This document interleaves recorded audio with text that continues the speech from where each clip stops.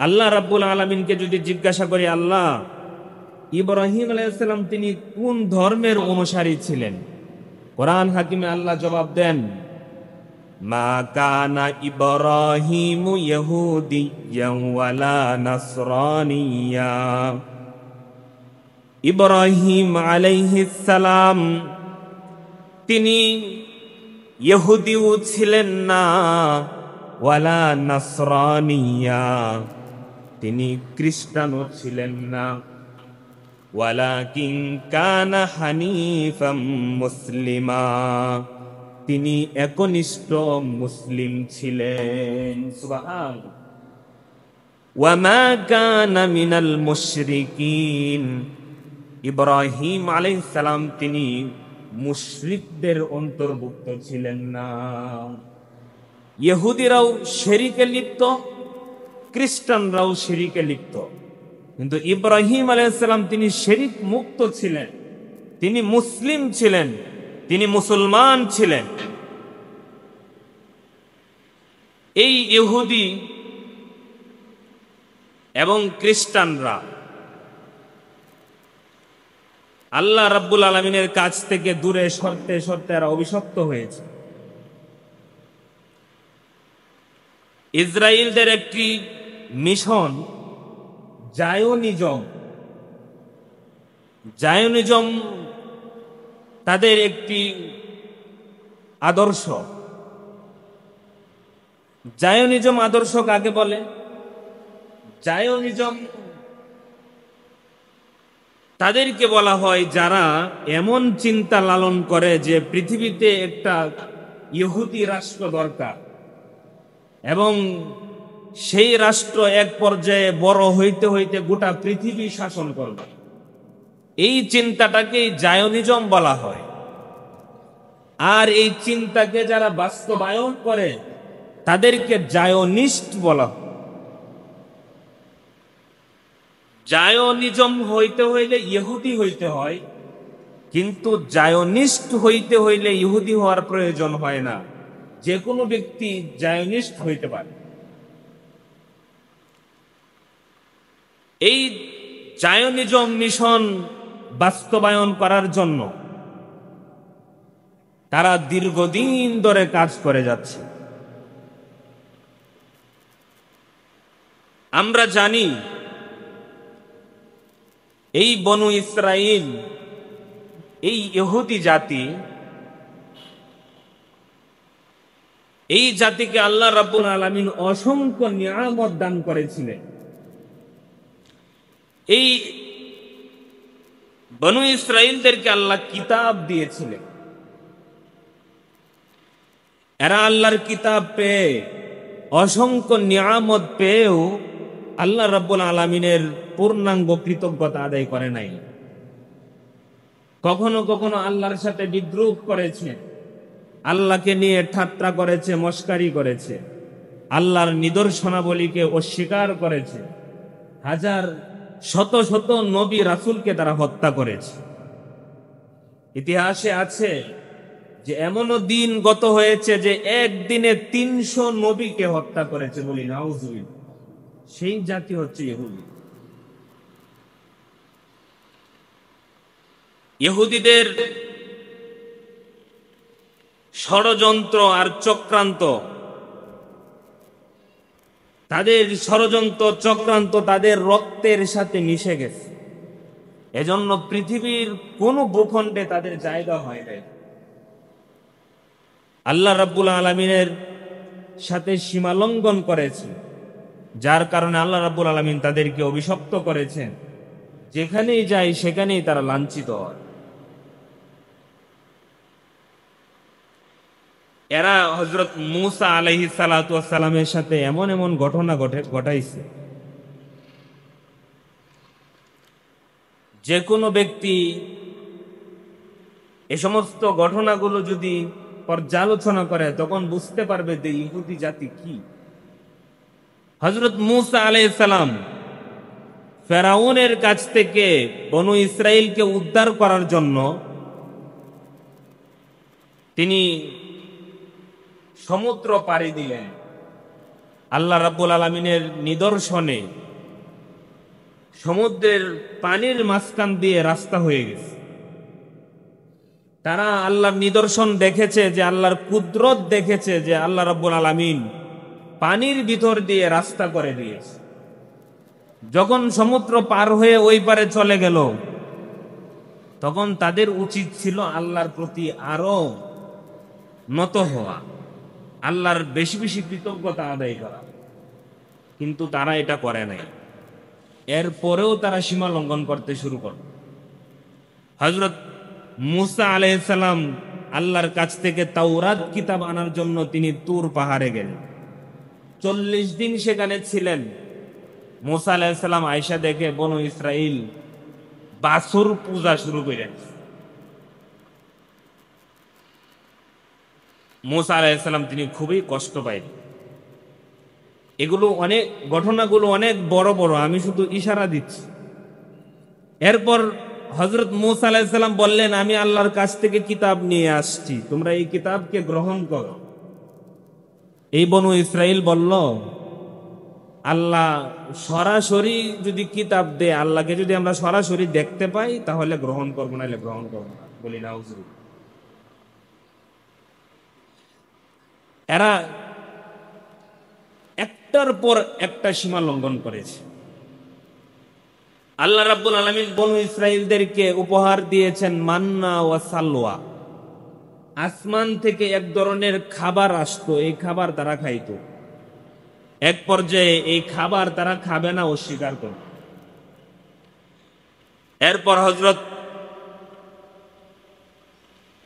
এরপর এই বনু ইসরাইল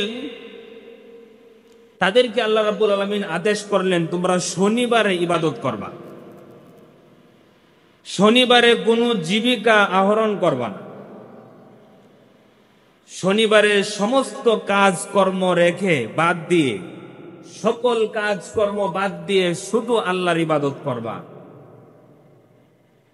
বনু ইসরাইল করলো কি, তারা শনিবারে আল্লাহর ইবাদত অল্প অল্প করত। আবার শনিবারে মাছ, এদের পেশা ছিল মাছ ধরা নদীর তীরে।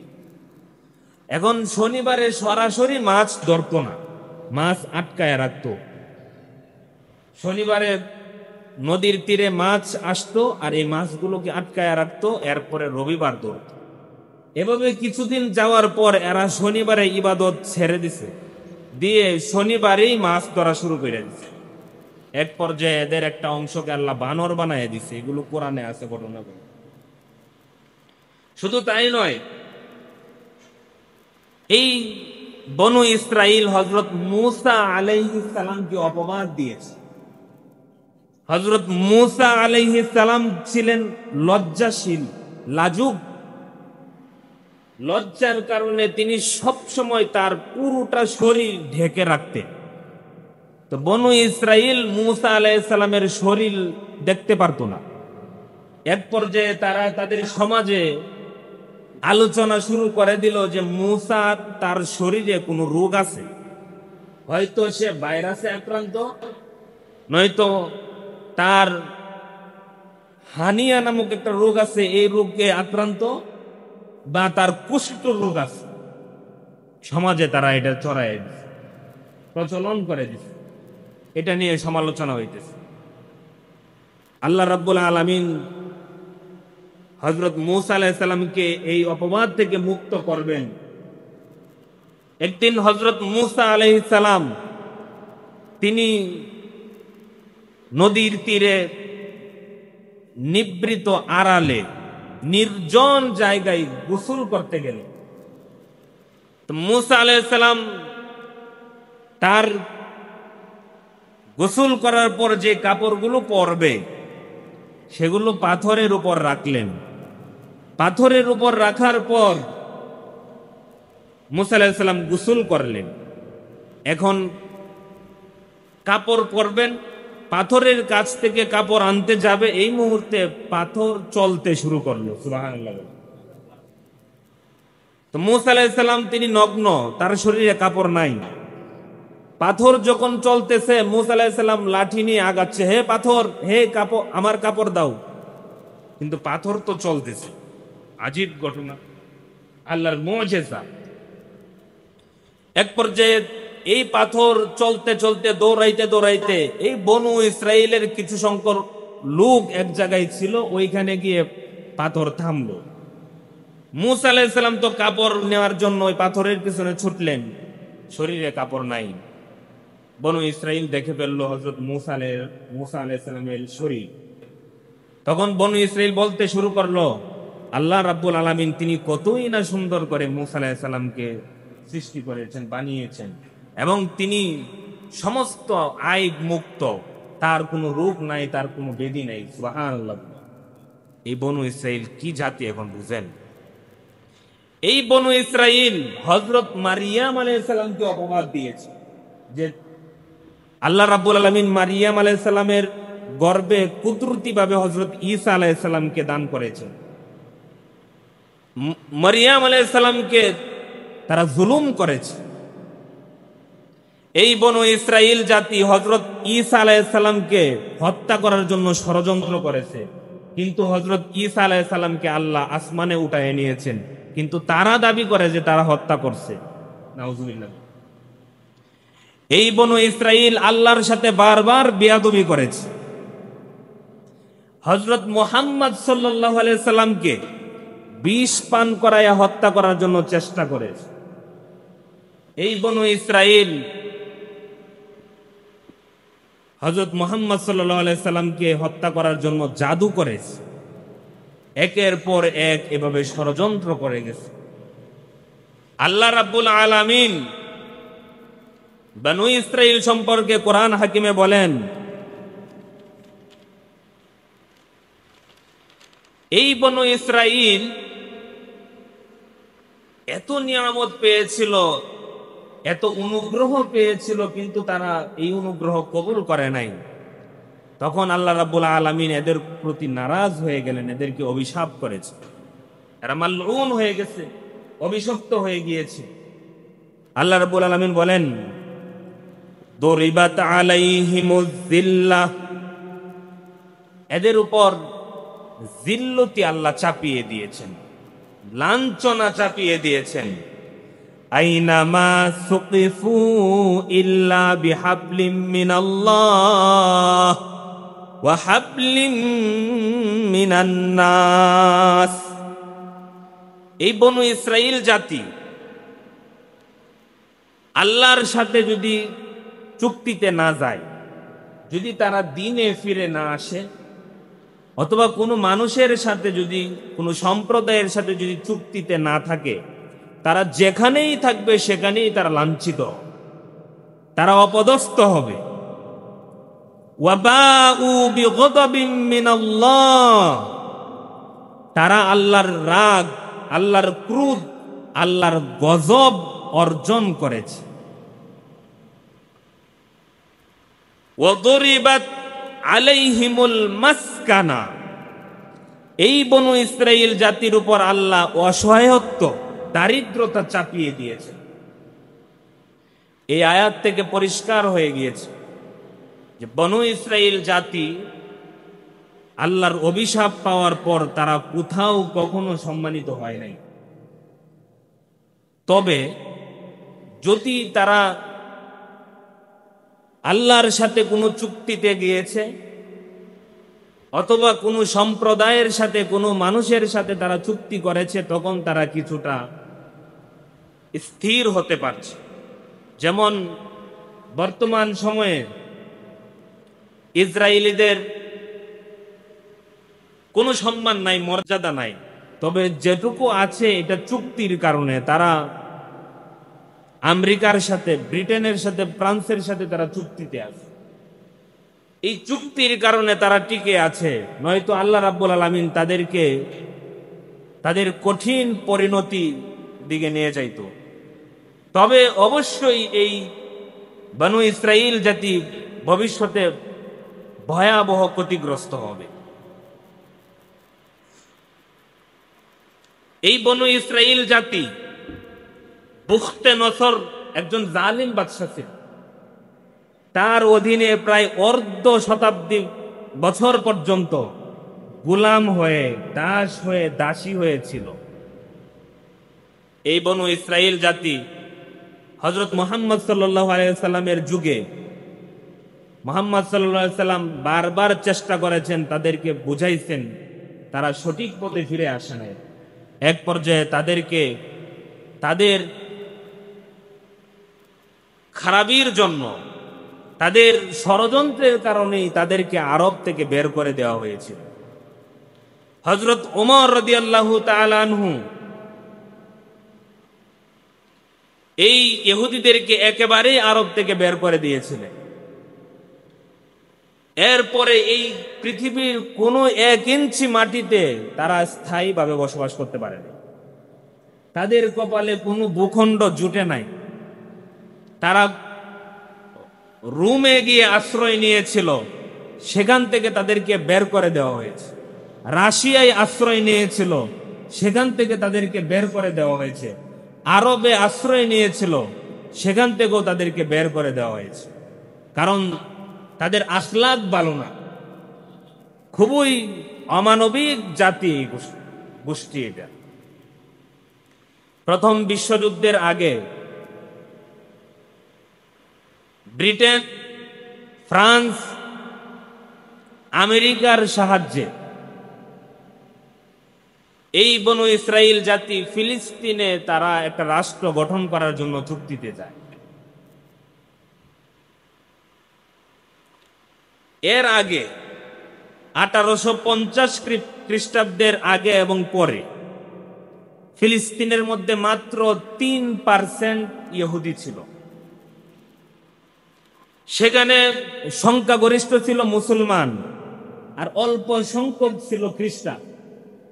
তখন চলতেছে অটোমান সাম্রাজ্য, উসমানী খেলাফত, মুসলমানদের শাসন। সেই মুসলমানদের শাসনের অবস্থায় ফিলিস্তিনে ইহুদিরাও শান্তিতে বসবাস করেছে, খ্রিস্টানরাও শান্তিতে বসবাস করেছে, মুসলমানরাও সেখানে শান্তিতে ছিল। কোনো ঝগড়া হয় নাই, কোনো অশান্তি হয় নাই। অটোমান সাম্রাজ্যের শেষ খলিফা আব্দুল হামিদ রহমাতুল্লাহ আলাইহির কাছে ইহুদিদের একটি প্রতিনিধি দল গিয়ে দাবি করে, আমাদেরকে আপনি অল্প একটু জায়গা দেন, আমরা ফিলিস্তিনে আমরা বসবাস শুরু করি। দেখা গেল সুলতান আব্দুল হামিদ রহমাতুল্লাহ আলাইহি তিনি পরিষ্কার বলে দিলেন যে আমি জীবিত থাকতে ফিলিস্তিনে তোমাদেরকে আমি কোনো জায়গা দিতে পারি না। এরপর এই ইহুদিরা ব্রিটেনের সাথে চুক্তি করে যে আমরা আপনাদেরকে সাহায্য করব প্রথম বিশ্বযুদ্ধে, কিন্তু আমাদেরকে ফিলিস্তিনে একটু জায়গা করে দিতে হবে। সেই চুক্তির কারণে প্রথম বিশ্বযুদ্ধের পর তারা অনেকটা সুযোগ পেয়ে যায়। ব্রিটেনের সাহায্যে সারা পৃথিবীর ইহুদিরা সেখানে একত্রিত হইতে থাকে। আর সরল মনা মুসলিমরা তাদের কাছেও চড়া মূল্যে ফিলিস্তিনের জায়গা বিক্রি করতে থাকে। তখন ভারতবর্ষের আলেমরা, আশরাফ আলী থানভী রহমাতুল্লাহ আলাইহি তিনি সহ অনেক আলেম ফতোয়া দিয়েছিল যে ফিলিস্তিনের মাটি ইহুদিদের কাছে বিক্রি করা জায়েজ হবে না। কিন্তু তখন তারা এই কথা গুরুত্ব দেয় নাই। এক পর্যায়ে সারা পৃথিবীর ইহুদিরা এসে সেখানে একত্রিত হইতেছে। আর তখন আমেরিকার মধ্যে যে সমস্ত ইহুদিরা ছিল তারা ব্যবসা করার মাধ্যমে তারা সেই জায়গায় প্রতিষ্ঠিত হয়ে যায়, অনেক সম্পদের অধিকারী হয়। অনেক লম্বা ঘটনা। এরপর থেকে 1917 সালে এই ফিলিস্তিনের মধ্যে ইহুদিরা তাদের শক্তি পূর্ণাঙ্গভাবে সঞ্চয় শুরু করে। এক পর্যায়ে 1947 সালের পরে তারা ইসরায়েল নামক একটি রাষ্ট্র করবে, এটার ঘোষণাই দিয়ে দেবে। এদিক দিয়ে আমাদের হিন্দুস্তানে পাকিস্তান গঠিত হচ্ছে, আরেক দিক দিয়ে 1947-এ পরে ইসরায়েল রাষ্ট্র তারা গঠিত হচ্ছে। পাকিস্তানের প্রতিষ্ঠাতা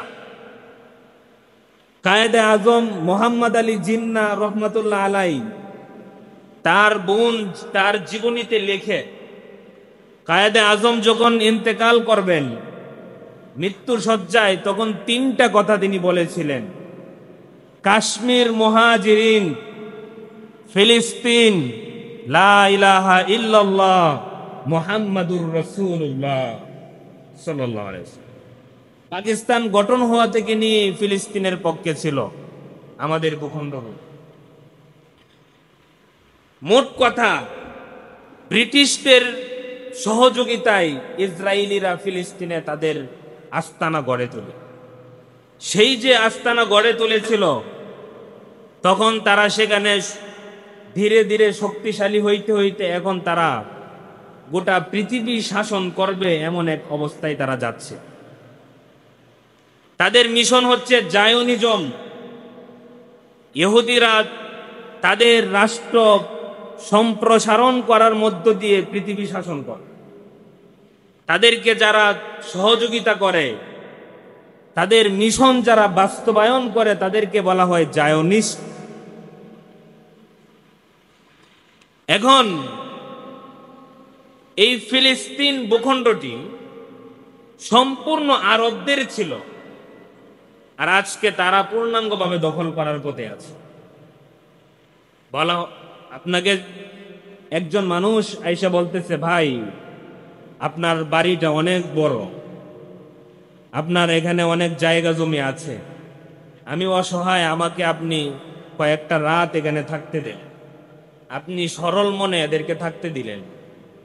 কিছুদিন পরে লোক বলতেছে যে আমার আরো কিছু ভাই আছে, তারাও নির্যাতিত, তাদেরকেও আপনি অল্প সময়ের জন্য একটু জায়গা দেন, আপনি তাদেরকেও আপনার বাড়িতে জায়গা দিলেন। কিছুদিন পর এই লোকগুলো আপনাকে যদি বলে যে এই বাড়িটা আমার, তখন আপনার কেমন মনে হবে, কেমন লাগবে? সারা পৃথিবীর মানুষ জানে যে ফিলিস্তিনে ইহুদিদের কোনো জায়গা ছিল না, সম্পূর্ণ ফিলিস্তিন ছিল আরবদের, আর আজকে পরিপূর্ণভাবে দখল করছে তাদের নিজের শক্তিতে, তাদের নিজস্ব শক্তিতে না, বরং তাদেরকে পরিপূর্ণভাবে সাপোর্ট করেছে ব্রিটেন, আমেরিকা, ফ্রান্স। আর আল্লাহ রাব্বুল আলামিন 1400 বছর আগেই এই কথা বলে দিয়েছেন, আইনামা সুকিফু ইল্লা বিহাবলিম মিনাল্লাহ ওয়া হাবলিম মিনান নাস। এরা যদি কারো সাথে যদি চুক্তিতে না থাকে, তারা যেখানেই থাকবে সেখানেই লাঞ্ছিত হবে, সেখানেই তারা অসহায়ত্ব বরণ করবে, সেখানেই তারা আল্লাহর ক্রোধ, আল্লাহর গজব নিয়ে বসবাস করবে।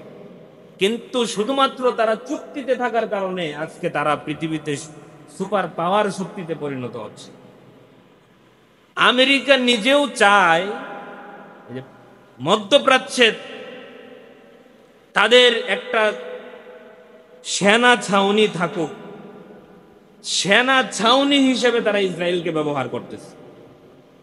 কায়েদে আজম তিনি বলছিলেন যে আমেরিকার অবৈধ সন্তান হচ্ছে ইসরায়েল, এই জারদ সন্তানকে তারা লালন পালন করে। সারা পৃথিবীর মানুষ, মুসলমানরা আজকে শুধুমাত্র ইসরায়েলকে গালিগালাজ করে, কিন্তু তাদের পিছনে কোন শক্তি কাজ করে এটা কেউ জানে না। প্রথম বিশ্বযুদ্ধের আগ থেকে নিয়ে দ্বিতীয় বিশ্বযুদ্ধ পর্যন্ত এবং তারপরের কাহিনী, ঘটনা মানুষ জানে না। ইহুদিরা এরা মুসলমানদের উপর বর্তমান সময়ে কিভাবে জুলুম করতেছে, নির্যাতন করতেছে, সারা পৃথিবীর মানুষ এগুলো দেখতেছে, কিন্তু সবাই নিশ্চুপ। অথচ সারা পৃথিবীতে 50টার উপরে মুসলিম দেশ আছে। একসাথে যদি সবাই মরার জন্য প্রস্তুত হয়ে যাইতো, কেউই মরতো না, কিন্তু সবাই ভয়ে চুপ থাকতেছে, কেউ আগাচ্ছে না। ইদানিং পাকিস্তানের দেওবন্দি উলামায়ে কেরাম পরিষ্কার ফতোয়া দিয়েছেন, সারা পৃথিবীর মুসলিম দেশের শাসকদের জন্য ফরজ ইসরায়েলের বিরুদ্ধে যুদ্ধ করা। বেরলভী তরিকার আলেমরাও ফতোয়া দিয়েছেন, এমনকি বলেছেন যে আমরা তাদের জন্য আমরা যুদ্ধের সৈনিক সংগ্রহ করব এবং ইসরায়েলের বিরুদ্ধে যুদ্ধ করা ফরজ। আহলে হাদিস তরিকার আলেমরাও পাকিস্তানের মধ্যে ফতোয়া দিয়েছেন ইসরায়েলের বিরুদ্ধে সারা পৃথিবীর মুসলিম দেশগুলোর যুদ্ধ করা ফরজ। এখন যদি মুসলিম দেশগুলো যুদ্ধ না করে 24 ঘন্টা একটা ফরজ তরক করার গুনাহে তারা লিপ্ত। আজকে মুসলমানরা কেন হারতেছে?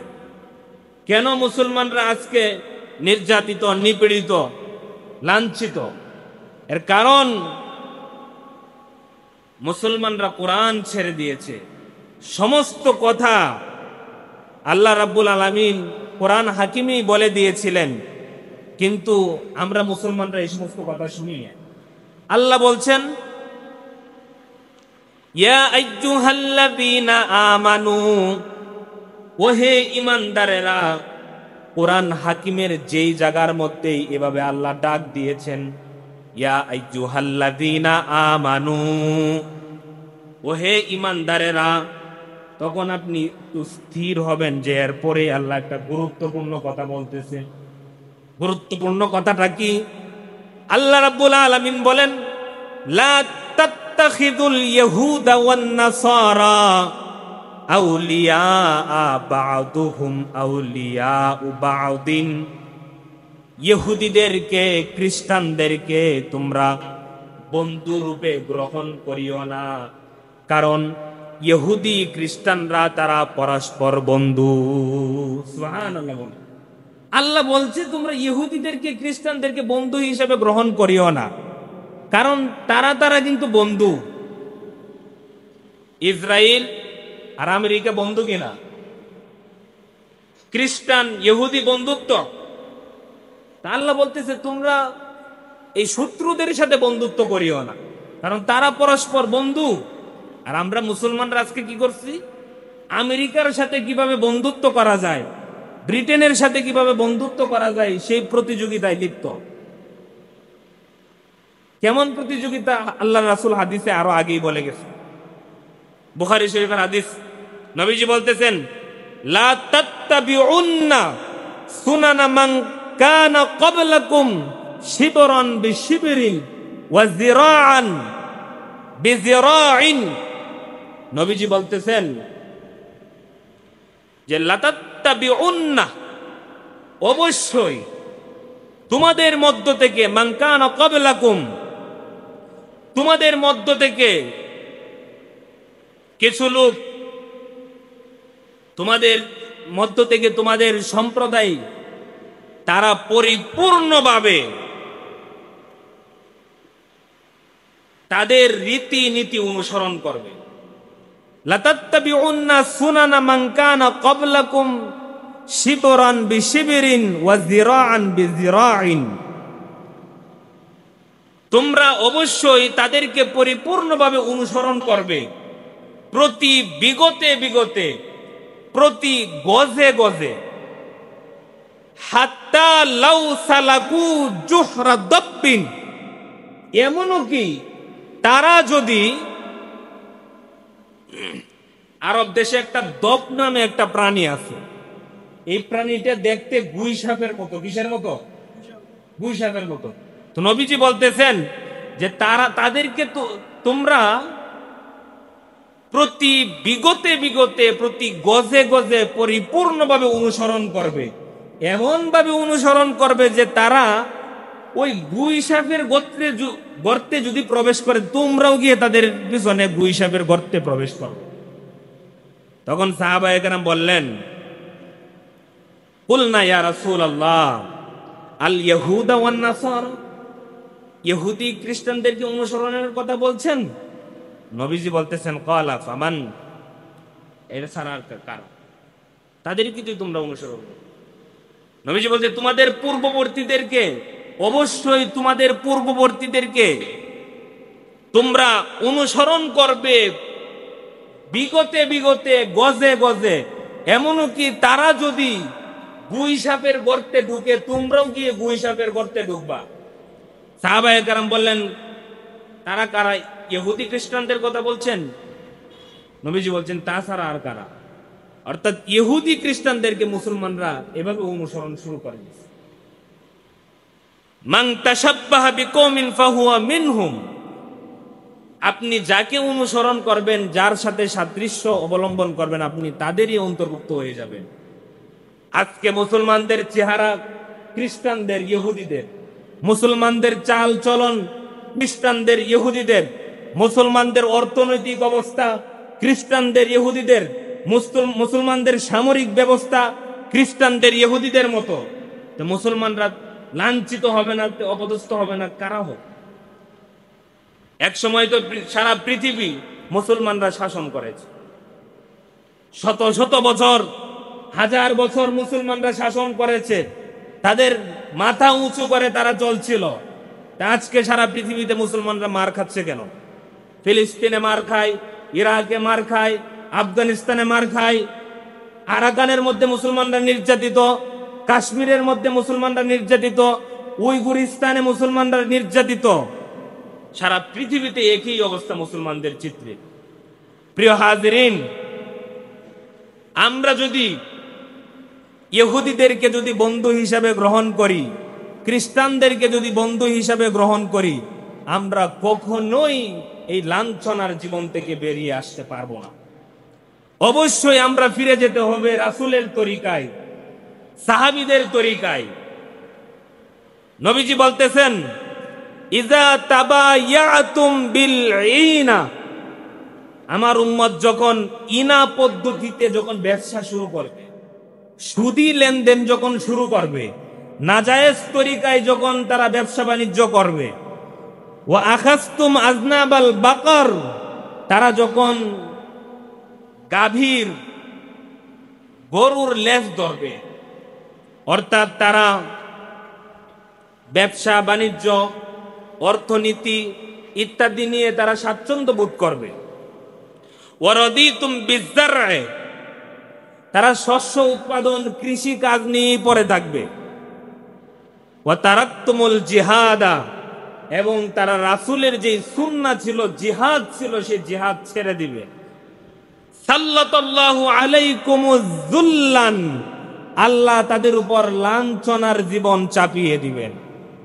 লা ইয়ানজিউহু হাত্তা তারজিউ ইলা দীনিকুম, যতক্ষণ পর্যন্ত তারা তাদের দ্বীনে ফিরে না আসে।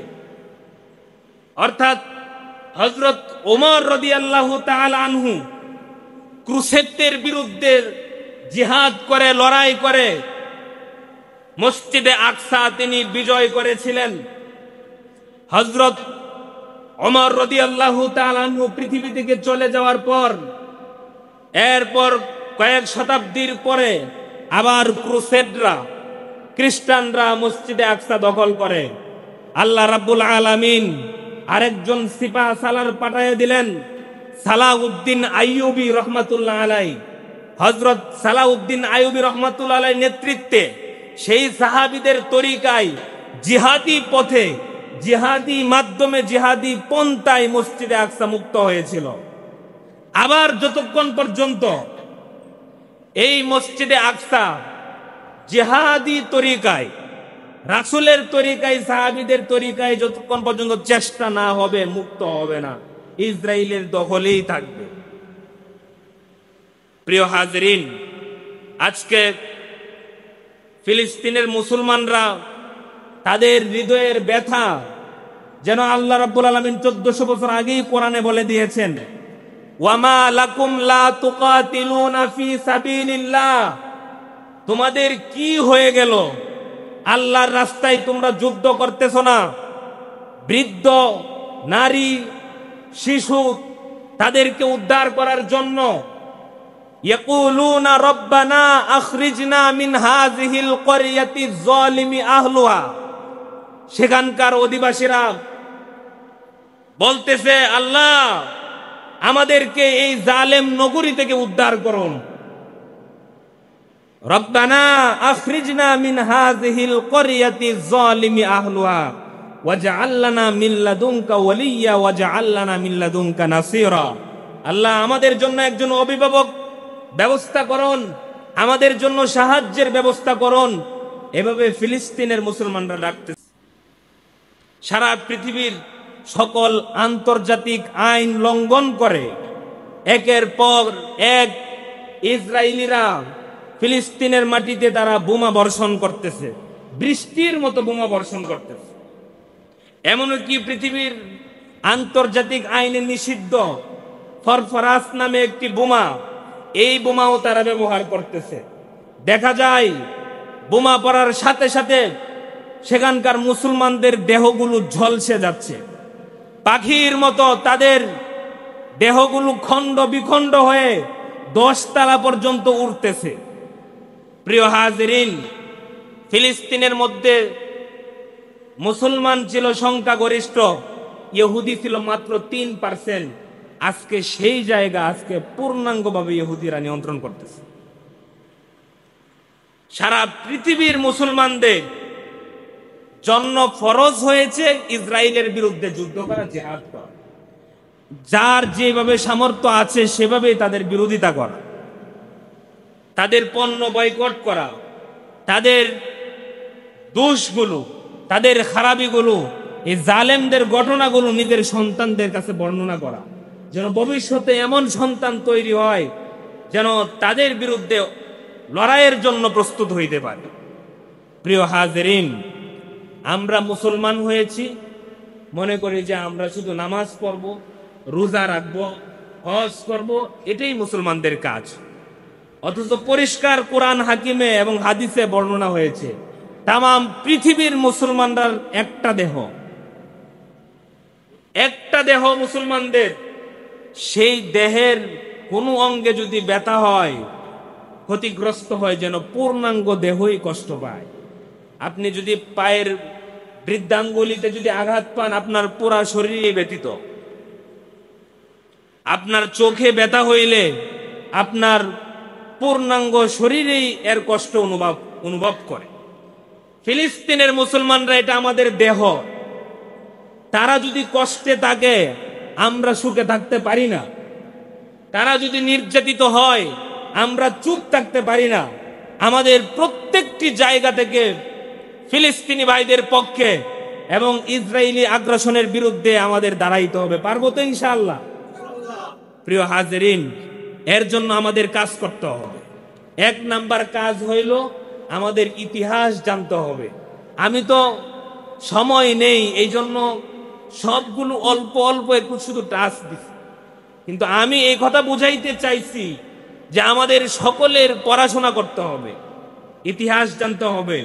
মুসলমানদের খেলাফতগুলো কেন পতন হইল, মুসলমানরা কেন আজকে নির্যাতিত, কেন নিপীড়িত, কেন মুসলমানরা মাথা উঁচু করে দাঁড়াইতে পারতেছে না। আজকে সামান্য 1 কোটি ইহুদি, সারা পৃথিবীর সমস্ত ইহুদি একসাথে করলে 1 কোটি প্লাস হবে। এই 1 কোটি ইহুদির সাথে 200 কোটি মুসলমান পারতেছে না। কেন? কারণ মুসলমানদের যে খাসলত, যে চরিত্র ছিল, সেটা আজকে আমাদের মধ্যে নাই। আমরা পরে আছি আমার পরস্পর এক ভাইকে কিভাবে ডুবানো যায়, আমরা পরে আছি নিজেদের মধ্যে হানাহানি, মারামারি, নিজেদের মধ্যে আমরা ঝগড়ায় লিপ্ত। অথচ আমাদের জালেমদের বিরুদ্ধে, ইসরায়েলের বিরুদ্ধে রুখে দাঁড়ানোর জন্য শারীরিক দক্ষতা, ফিটনেস তৈরি করা, অর্থনৈতিক শক্তি সঞ্চয় করা, অস্ত্র শক্তি তৈরি করা, জনশক্তি তৈরি করা, কোনো কাজে আমরা করি না। আমরা শুধু আছি মসজিদে গিয়ে নামাজ পড়ব, আর আমার কোন মুসলমান ভাই কোন একটা অপরাধ করছে এটা কিভাবে প্রকাশ করা যায়, এটা কিভাবে সকল মানুষের সামনে উপস্থাপন করা যায়, এই কাজে আমরা লিপ্ত। আর শাখা প্রশাখা কিছু মাসলা মাসাইল নিয়ে আমরা বিভোর হয়ে পড়ে আছি। এই ফাঁকে অমুসলিমরা সারা পৃথিবীতে রাজত্ব করতেছে। আমাদের সন্তানদেরকে, আমাদের তরুণ প্রজন্মদেরকে এখন থেকে সেই শিক্ষা, সেই প্রশিক্ষণ দিয়ে তুলতে হবে যেন ভবিষ্যতে আমরা মসজিদে আকসা আমরা বিজয় করতে পারি। আমরা লক্ষ্য করছি যে ইসরায়েলের যে খাসলত, এরকম খাসলতওয়ালা প্রতিবেশী আমাদের পাশেও আছে। ভবিষ্যতে আমাদের কি অবস্থা হয় আমরাও জানি না। এখন থেকে আমাদের শক্তি সঞ্চয় করতে হবে।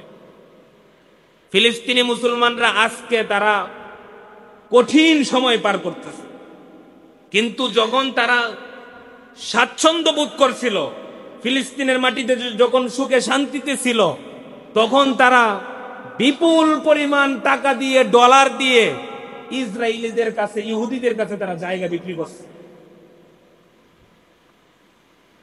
ইহুদিদের কাছে জায়গা বিক্রি করতে করতে ইহুদিদের জায়গা সম্প্রসারণ হয়েছে, প্রশস্ত হয়েছে। এখন তাদের নিজের ঘুমানোর জায়গাটুকু নাই গে মুসলমানদের কাছে।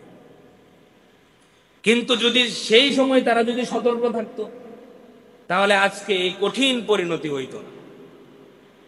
আজকে যদি আপনি আমি এই ফিলিস্তিনের মুসলমানদের পক্ষে প্রকাশ্যে কথা যদি না বলি, কিয়ামতের ময়দানে আমাদের প্রত্যেকেই আল্লাহর কাঠগড়ায় দাঁড়াইতে হবে, জবাব দিতে হবে।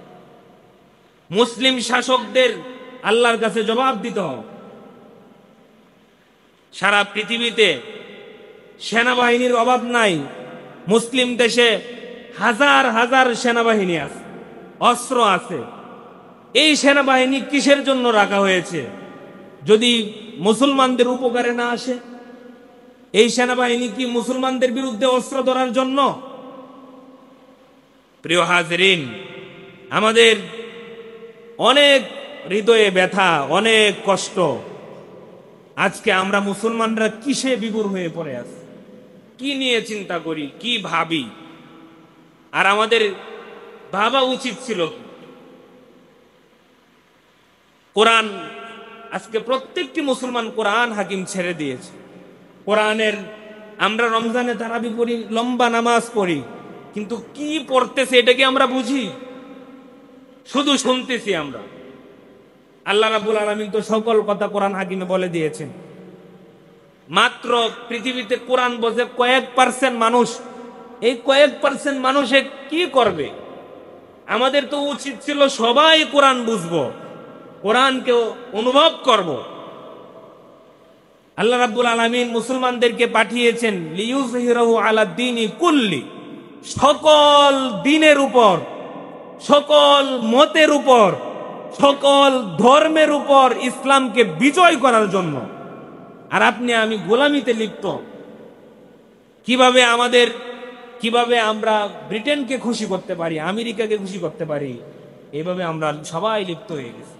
আরবরা তারা বিলাসিতায় ডুবে সব শেষ হয়ে গেছে। আরবরা আরব দেশে জুব্বা পরে আর পশ্চিমা দেশে গিয়ে ল্যাংটা হয়ে উলঙ্গ হয়ে ঘুরে। আরব দেশে মুসলিম নারীরা পর্দা করে আর ইউরোপ আমেরিকায় গিয়ে তারা নগ্ন অবস্থায়, উলঙ্গ অবস্থায় ঘোরাফেরা করে। সারা পৃথিবীর মানুষ এগুলো দেখে আজকে। আরবরা আজকে তাদের নিজস্ব কোনো শক্তি নাই, ইমানি বল নাই, তাদের চেতনা নাই। আজকে তারা তাকিয়ে থাকে আমেরিকার দিকে, ইউরোপের দিকে, যে তারা কোন অর্ডার দেয় সেটা বাস্তবায়ন করার জন্য। আমাদের মেরুদণ্ড নাই। মুসলিম শাসকরা ভীতু। মোহাম্মদ বিন কাসেমের মতো উত্তরসূরি আজকে পৃথিবীতে নাই। কয়েকজন যদি থাকতো, একজনও যদি থাকতো মোহাম্মদ বিন কাসেমের মতো, তাহলে এরকম হিন্দুস্তান এবং ফিলিস্তিন একাই তারা বিজয় করতো ইনশাআল্লাহ। এরকম মোহাম্মদ বিন কাসেম, তারেক বিন জিয়াদ, খালেদ বিন ওয়ালিদ, সালাউদ্দিন আইয়ুবী আমাদের তৈরি করতে হবে ইনশাআল্লাহ। পারবো তো ইনশাআল্লাহ? আল্লাহ রাব্বুল আলামিন আমাদেরকে বোঝার তৌফিক দান করুক। সবাই বলি আমিন। যারা সুন্নাত পড়ি নাই সুন্নাত পড়ি।